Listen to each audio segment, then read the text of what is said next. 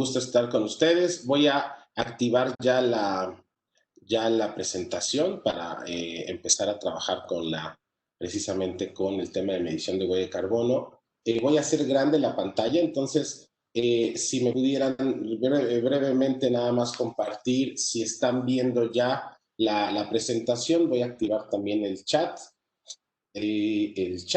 Listo, así que también puedo ver sus preguntas. Muchos de estos temas de huella de carbono, lo que sucede normalmente es que podemos aprender mucho, podemos aprender cómo calcularlo, podemos pensar que hemos encontrado todas las características y todos los atributos que tenemos que tomar en cuenta para hacer una medición, y resulta que salimos ya, nos piden nuestra primera medición y dicen, caray, este alcance, ¿en cuál era? Y otra vez uno tiene que regresar, oye, ¿y este era inventario o era consumo? Y uno tiene que regresar.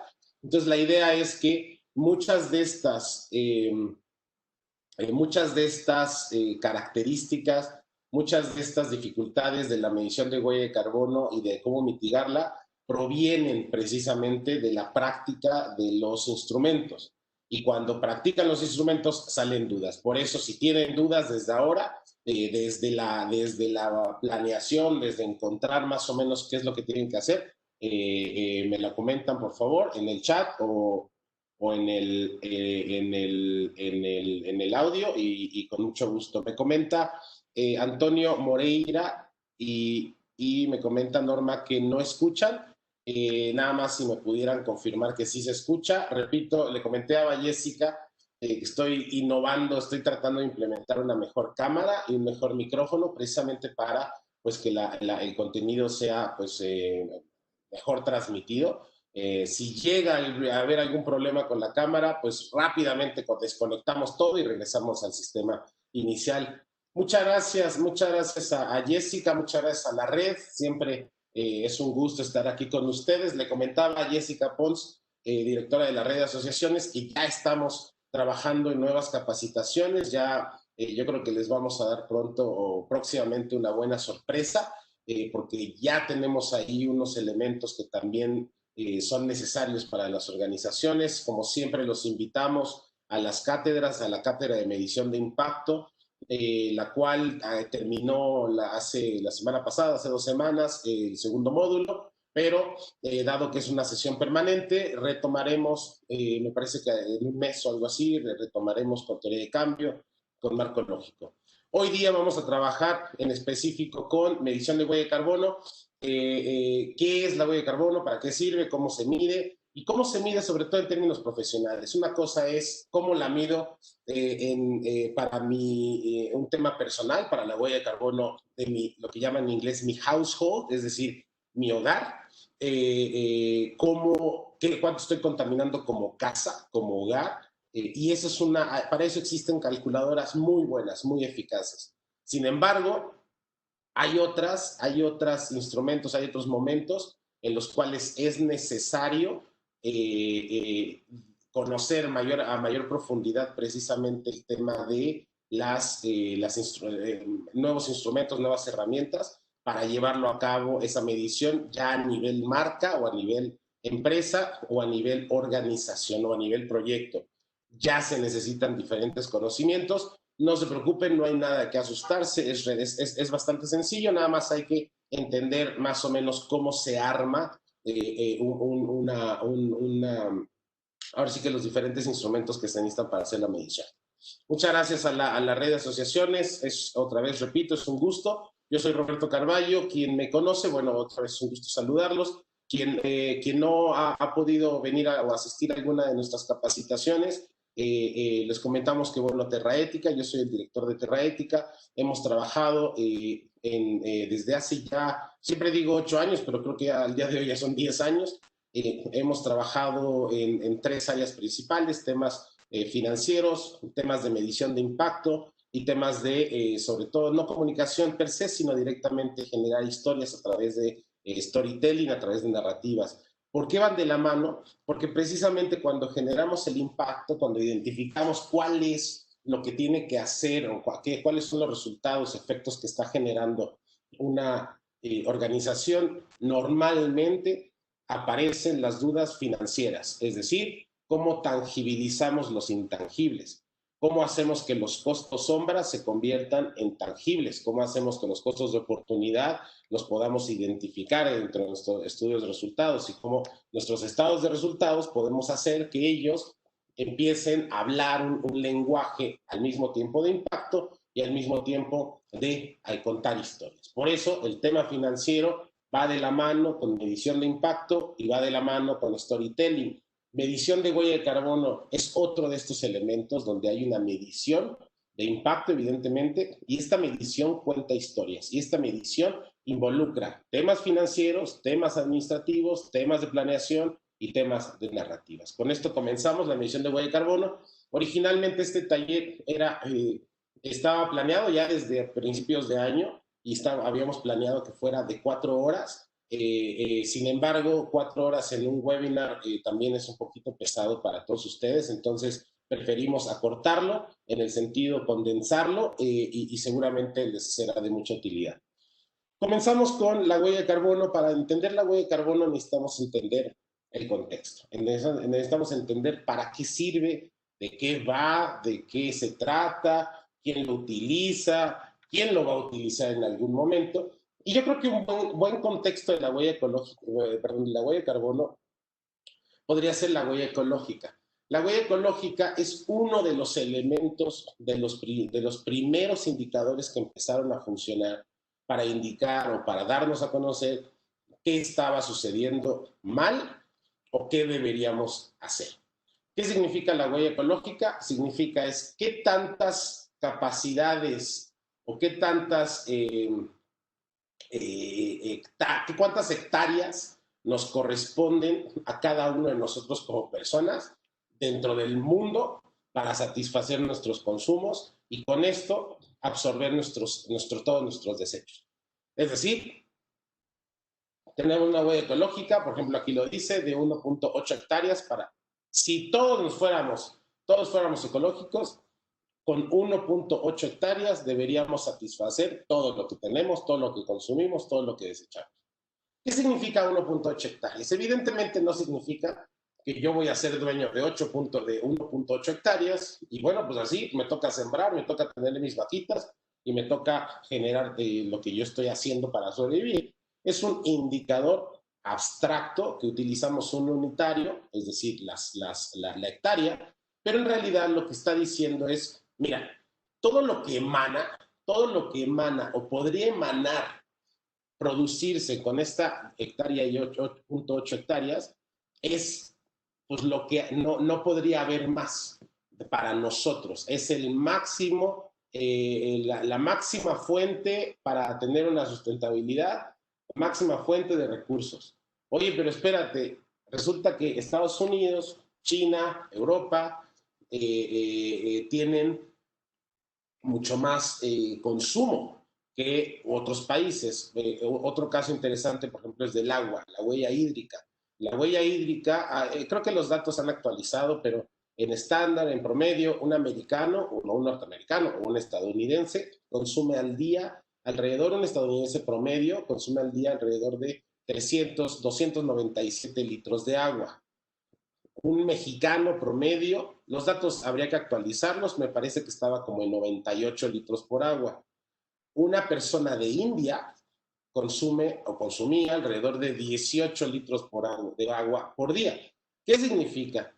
Que aunque haya una población mayor en India, de más de 1,000 millones de personas, el agua en total se consumía menos que en Estados Unidos. ¿Por qué? Por el nivel, digamos, de occidentalización, de consumo, de toda la forma de vida que está llevando, por ejemplo, Occidente. Lo mismo sucede con hectáreas o con la huella ecológica. Sabemos muy bien que si vivimos en la sierra, seguramente no vamos a utilizar o no necesitamos una hectárea .8, quizá necesitamos media hectárea, porque con media hectárea representada de forma abstracta es lo que utilizamos para satisfacer nuestras necesidades. Pero al otro lado vienen personas que tienen el iPad, tienen la GoPro, tienen la computadora para dar webinars, es decir, como yo, Y resulta que nosotros, al consumir de varios lugares, al consumir productos con alto estrés hídrico, consumimos más o requeriríamos más hectáreas en términos de huella ecológica para satisfacer nuestras necesidades. Ahora, cuando estamos hablando de estos indicadores abstractos, no solo existe la huella ecológica, hay muchos tipos de indicadores que sirven, que ayudan para identificar y saber si algo está sucediendo. Como lo dice Coneval, el objetivo de un indicador es rastrear y monitorear qué está sucediendo. La Semarnat hace unos años, me parece que hace 5 años, emitió un indicador llamado la huella humana. Es un gran trabajo que hizo la Semarnat y yo estuve en contacto con ellos porque no la conocía. La conocí hace 2 años, empecé a identificarla y ellos lo que hacen la medición de decir, estamos integrando todos los elementos, densidad, atributos de infraestructura,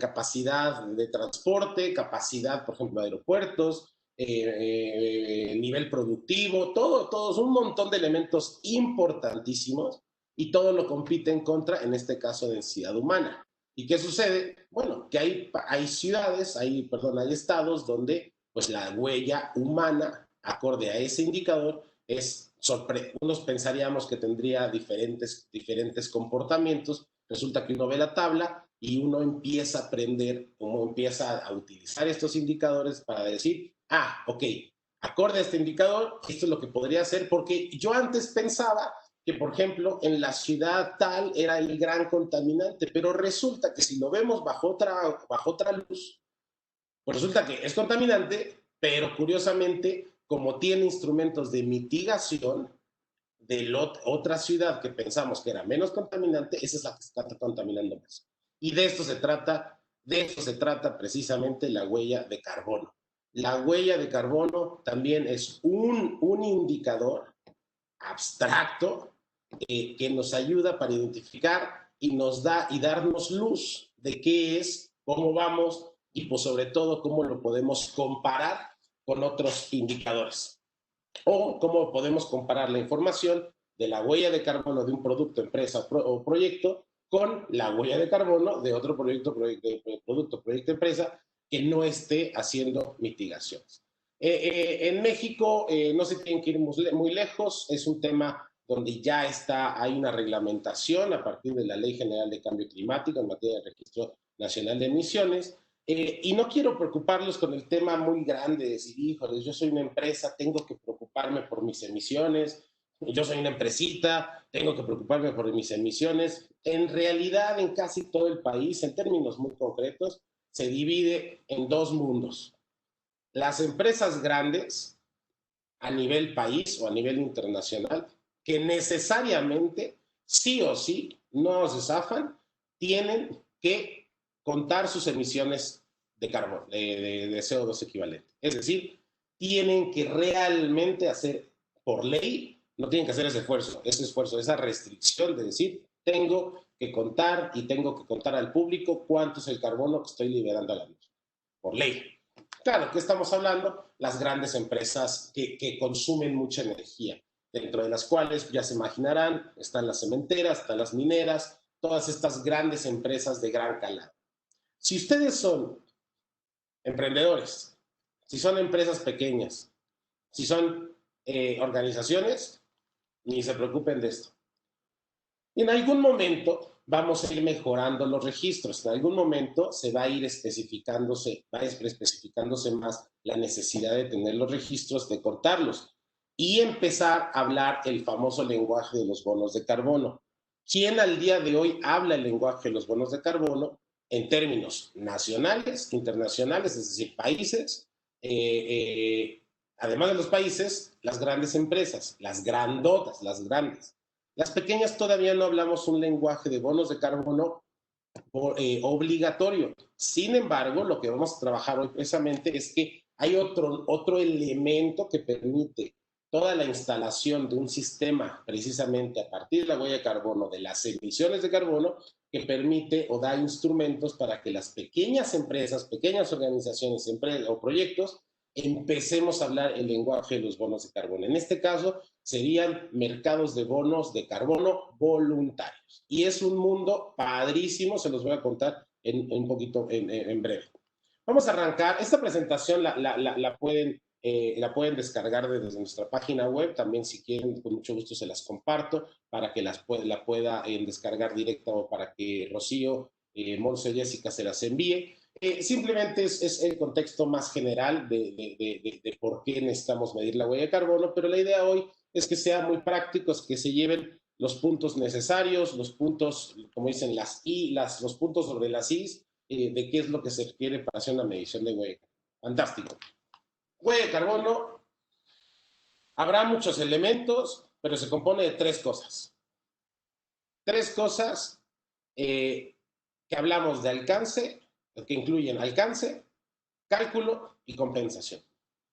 Hay muchos elementos más, pero una medición de huella de carbono tiene que tener sí o sí estos tres elementos. Cada elemento tiene evidentemente pequeños condicionantes, pequeños factores, pero en término de una medición completa, es decir, lo que vamos a trabajar hoy, necesitamos tres elementos. Tu alcance, ¿cuál es el alcance de tu impacto? Es decir, ¿estás tú produciendo la huella de carbono? ¿Estás tú emitiendo CO2 a la atmósfera? O sea, tú estás consumiendo, quemando combustible y lo estás liberando.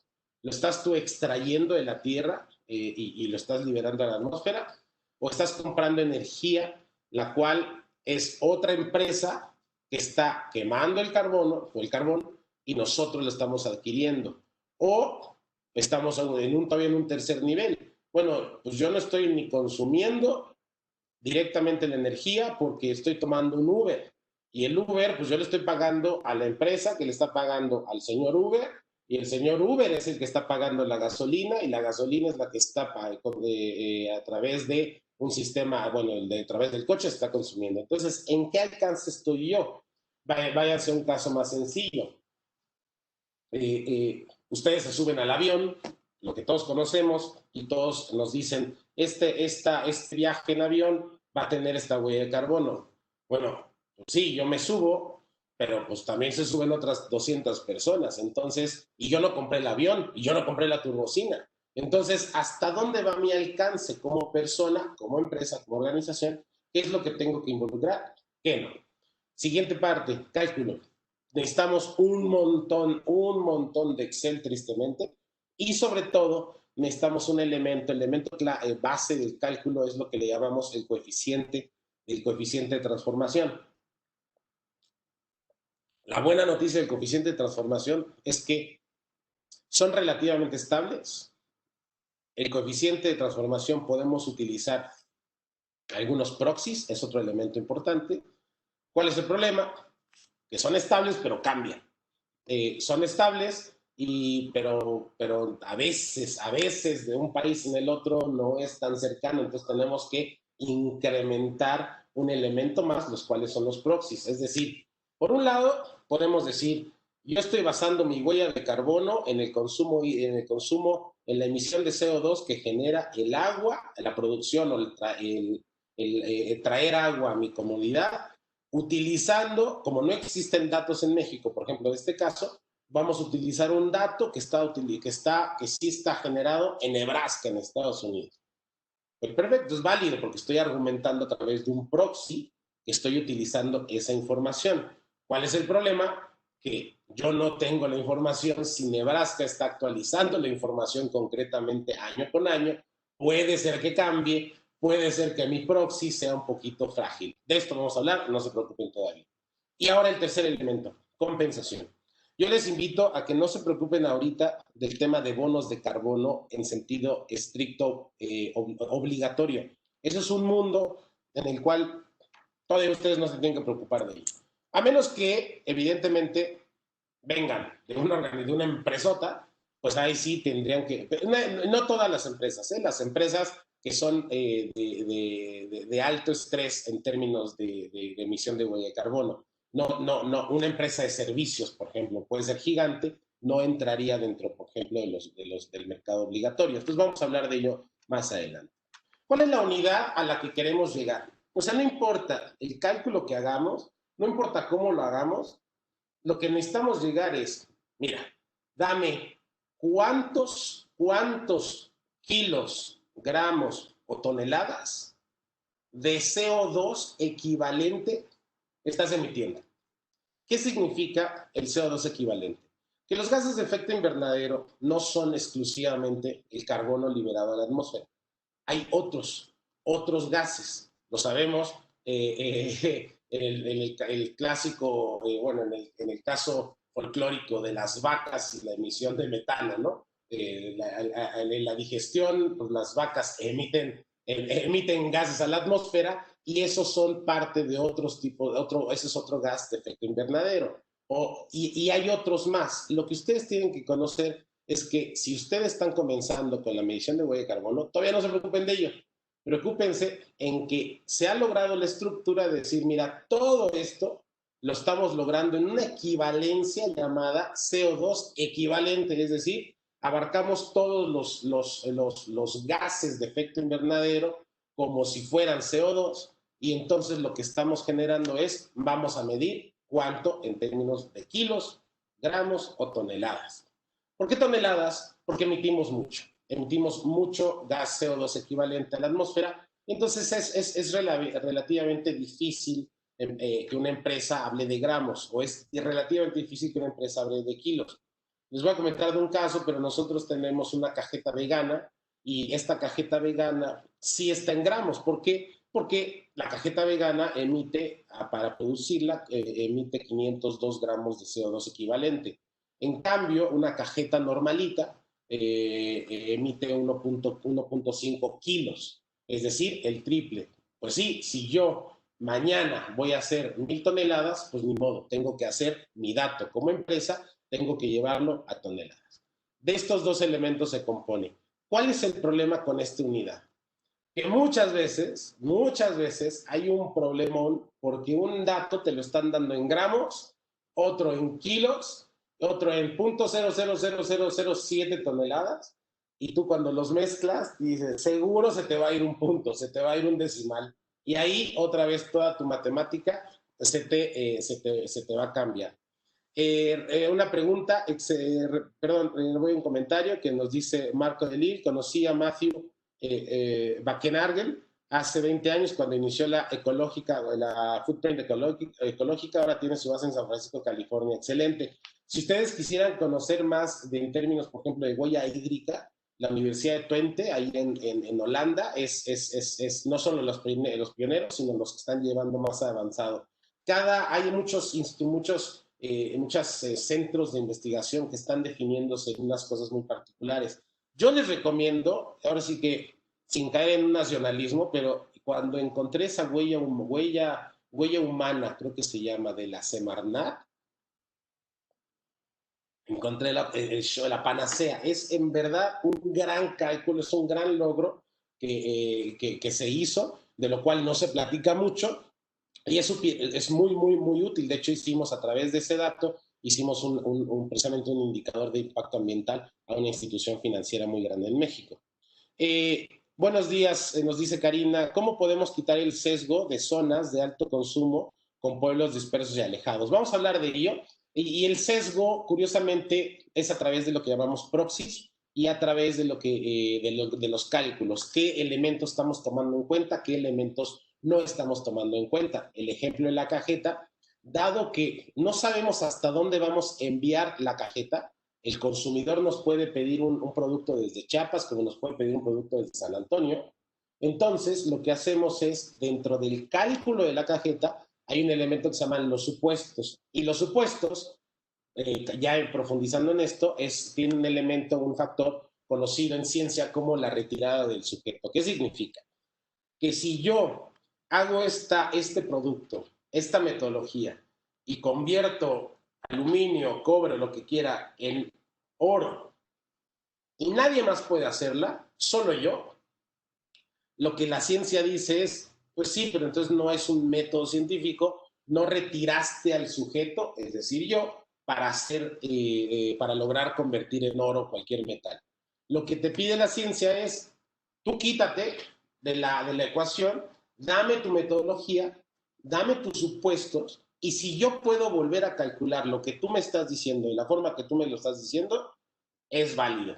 Los supuestos, precisamente en este caso, dicen las reglas, los marcos lógicos, los marcos teóricos, las matemáticas, la aritmética para calcular esa huella de carbono. En nuestro caso, parte de nuestros supuestos es no poder calcular la huella de carbono a partir de que sale de nuestras oficinas. No podemos calcular y estandarizar si va a Chiapas o si va a Oaxaca o si va a San Antonio o a Nueva York. Por lo tanto, dentro de nuestros supuestos, dicen muy claramente, la huella de carbono involucra exclusivamente hasta la salida del producto de nuestra empresa.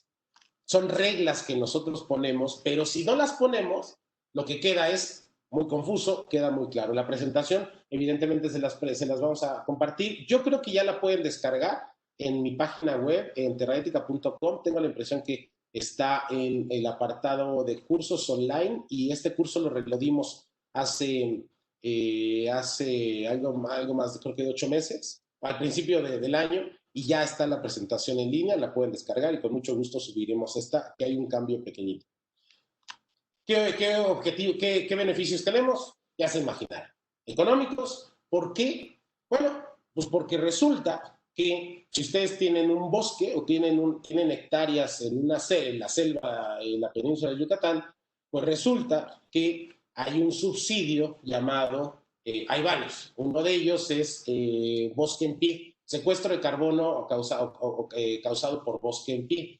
Y resulta que ustedes, por tener una hectárea y no talar, les dan 500 pesitos. Estos son datos reales de operación de hace un año, pueden haber cambiado, pero les dan ese recurso. Ahora, cuando estamos hablando de otros beneficios económicos, vamos a hablar de, por ejemplo, mercados voluntarios, mercados ya obligatorios y otros elementos. ¿Qué sucede cuando hablamos de incremento de valor? Pues evidentemente le estamos dando más valor a nuestra organización. ¿Cómo? Bueno, porque además de estar contando nuestra huella de carbono, lo que estamos haciendo explícito es un proceso de transparencia, un proceso de honestidad, un proceso en donde el cliente se puede atraer y decir, oye, a mí me interesa que me den más información, no menos. Y lo ven cada vez que van a la tienda, cuando voltean y dice carbohidratos, 50 gramos, azúcares, 22 gramos, grasas, 33 gramos. Normalmente alguien que está en términos, por ejemplo, de una dieta, lo que va a ver va a comparar dos productos. El que le satisfaga más sus requisitos en términos tangibles es el que va a ir a comprar. Puede ser el valor nutrimental, puede ser el valor económico, pueden ser muchas cosas, pero si empezamos a dar lo que nos hemos dado cuenta como mercado, es que más información incrementa el valor de nuestros proyectos,